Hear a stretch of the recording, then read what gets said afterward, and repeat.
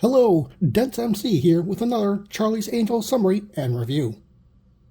Broadcast on February 16th, 1977, Terror on Ward 1 is the 18th episode.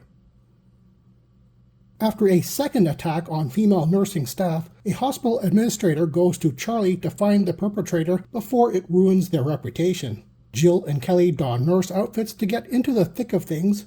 Sabrina is a medical journalist as cover, and Bosley enters as a real patient. Soon the Angels discover suspicious patients, an old malpractice case, and drug use. This episode features Jack Bannon as Chief Surgeon Dr. Tom Danworth, Sally Carter-Inat as Night Nurse Farragut, and Michael McGreevy as Hospital Orderly Ted Blaine. Also in this episode is Richard Durr as Hospital Administrator Ed Main, Fran Ryan as Senior Nurse Fager, Art Johnson as Ambulatory Patient George Halverson, and Robert Lipton as the Kissing Intern Quincy. Interesting goof, when the two surgical prep staff come to take Bosley to the operating room at around 38 minutes and 31 seconds in, you can hear actor Ray Vitt painfully spraining his left hand pulling the gurney. Interesting scene of the episode has nothing to do with the story. This time I've chosen whatever Charlie's doing while talking in the briefing. Instead of the usual hot lady attending him, there's a butler or sommelier choosing wines for him out of several crates. Yes, several crates of wine piled all over the floor of his office. But why? Who thought this would be an interesting peek into Charlie's life? Interesting quote of the episode comes after a nurse attack and Sabrina finds pills spilled near the crime scene. Questioning the hospital administrator, he explains several staff probably use these powerful amphetamine-like pills as respectable uppers to keep them awake, but he posits that no one uses them to excess.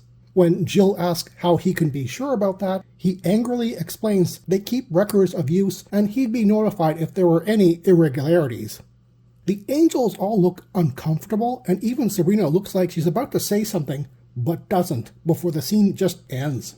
I wonder if there was supposed to be a social comment about overworked medical staff or casual drug use in the script originally.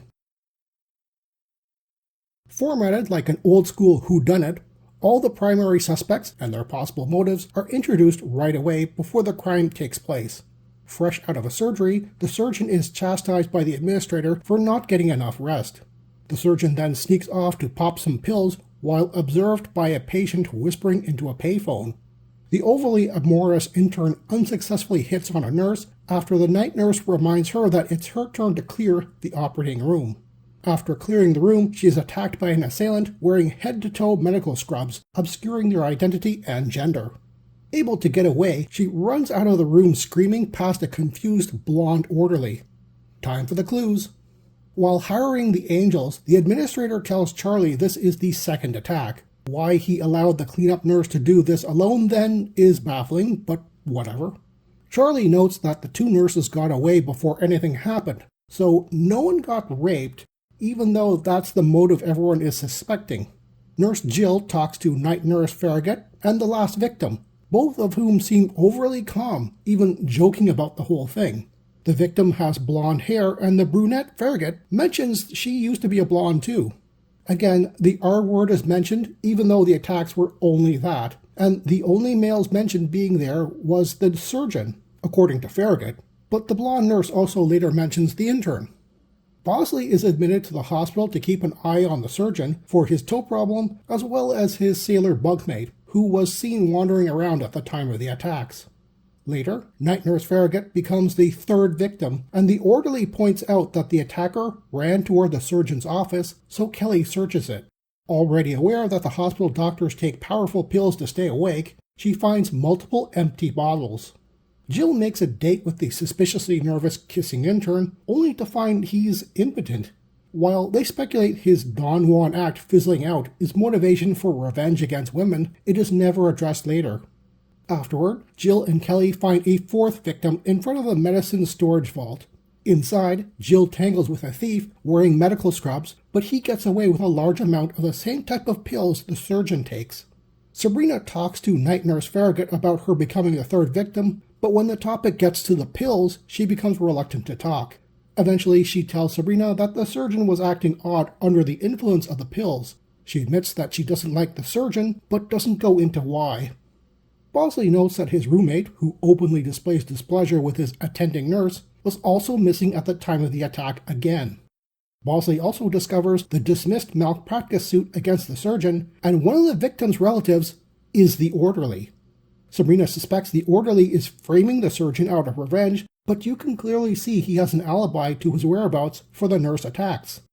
For the flimsy reason of finding the missing pills, Kelly returns to search the surgeon's office again, only to find him overdosed and a typewritten confession note. Also in the locked office is a scrubs-wearing attacker, but Kelly's been brushing up on her judo, see previous episode, and we quickly discover it to be Night Nurse Farragut. But how could she be the attacker when she has an alibi to her whereabouts for the pill theft? And what would her motivation be anyway? Bosley's roommate swaps medical charts before sneaking out of the hospital to avoid his ex-wife and catch a boat away from the country. For some odd reason, Sabrina decides to interview the suspicious orderly alone and unarmed in the basement. In what I presume to be a deleted scene, where Jill and Kelly ask the kissing intern if he's seen where the orderly went, they come to Sabrina's rescue. With both arrested, it is revealed that Farragut is the blonde orderly's mother who dyed her hair brown so she wouldn't look related to her accomplice. Honestly, actress Sally Carter-Inhat looks a little young to have a son as old-looking as Michael McGreevy, but whatever. In an offhanded comment by Sabrina, the surgeon will survive the overdose, but we never get his motivation for taking the pills in the first place. Guilt over the patient he failed, leading to the malpractice suit? We'll never know, but at least no one died in this episode. And this ends on a silly note of Bosley returning from surgery and getting his appendix out instead of his toe problem being taken care of. I'm not sure what the sailor roommate will do when his untreated appendix explodes on a boat in the middle of the ocean. Seriously, every scene with Bosley is not only played for cheap laughs, but goes on way too long. That time could have been better spent giving proper epilogues to the surgeon or the intern. I can see why this wasn't a favorite among viewers despite a good premise. The episode flip-flops between serious plot and goofy comedy too equally. One moment we're throwing around the R word, the next we're having an overly lengthy laugh at Bosley's fear of going into surgery. This is what it should have done. Focus on being serious and use the humor quickly and sparingly to alleviate the more tense scenes. IMDb gave this episode a 7.3 out of 10, and I'll leave it at that too. Like I said, it's a good standard whodunit story with clues sprinkled throughout that a viewer can find faster than the angels do, but not too much faster. Good morning, Charlie.